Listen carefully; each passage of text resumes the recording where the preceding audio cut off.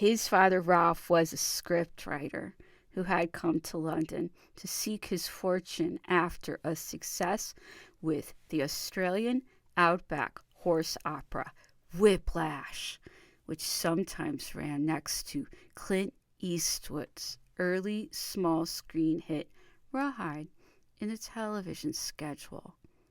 A combination that would nowadays suggest an entirely different form of entertainment.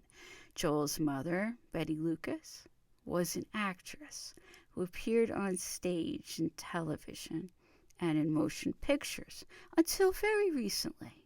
She took Joel and me to a production of A Midsummer Night's Dream, in which she was appearing.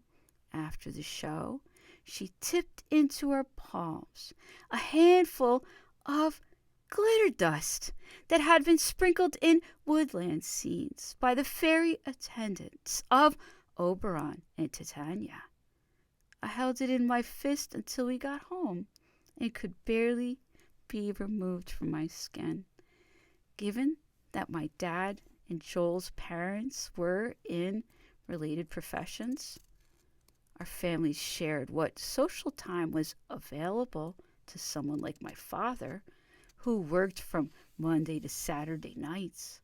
On Sundays, Ralph and Betty would sometimes host a few expat Aussie thespians, such as the great actor Leo McKern, who later became famous as number 2 in Patrick McGowan's The Prisoner, and as Horace Rumpole in Rumpole of the Bailey. Bill Kerr, who I knew as the innocent stooge to Sid James's scheming spiv in Hancock's Half Hour, and Shirley Abacare, who sang bewitching songs on the television, accompanied by a zither. The rest of the time, Ralph Peterson was a night worker. Once the planes had stopped landing at Heathrow, our neighborhood was deathly quiet, except for the chattering of Ralph's typewriter, which I would hear filtering up through the walls of the building.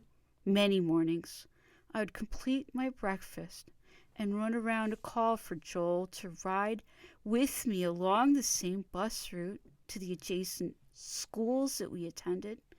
His father would frequently open the door to me in his dressing gown, clutching a glass of red wine.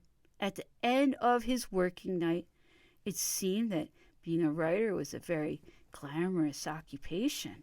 The wine was delivered by the case, and the only time that Joel and I ever got into serious trouble was when I decided that 3 of the bottles would make excellent stumps, while Joel tried to educate me in rules of indoor cricket during a rainstorm.